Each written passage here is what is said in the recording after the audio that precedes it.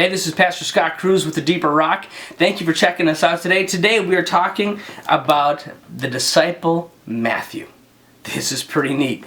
Jesus is walking along, he's doing his thing, and then he walks across the room to a tax collector named Matthew. He walks up to Matthew and he says, "Follow me." Now Matthew, he probably had heard of Jesus before. He probably had seen his miracles and things. But Jesus was with his religious people, and he walks across the room and he says to Matthew, "Matthew, follow me." Matthew does. And then something interesting happens. Matthew gets excited and he says, I'm using my imagination a little bit here, and he goes to Jesus and says, "Jesus, I'm so excited about what you've done in my life. I was lost and now I'm found. I was taking taxes and I was living in sin. Would you do me a favor? I've got these friends and they don't know you. And you know what? They're not even nice people. I mean, they drink, they party, and I'm good at throwing parties, because I have some experience with that.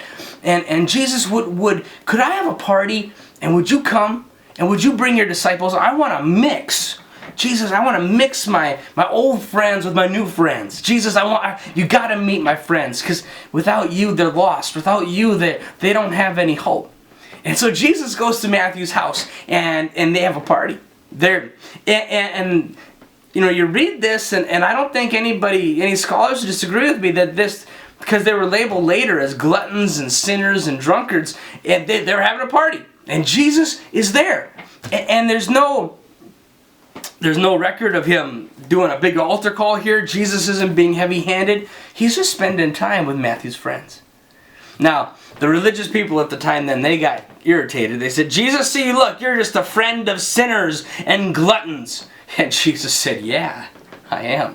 I am exactly that." And he says, "I didn't come for the healthy. I came for the sick." Now, the Pharisees that said that were far sicker than they ever dreamed. But Jesus said, I'm here for the ones who are the farthest away from God. And they criticized him for that. And, sometimes people may criticize us for having church in a movie theater. There's some people that think that's evil. They might criticize you for going to some place where they're drinking alcohol or whatever. I want to encourage you that your Jesus did that, and they criticized him too.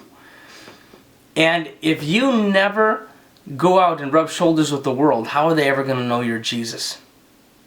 May the Lord richly bless you, and I hope to see you in church on Sunday.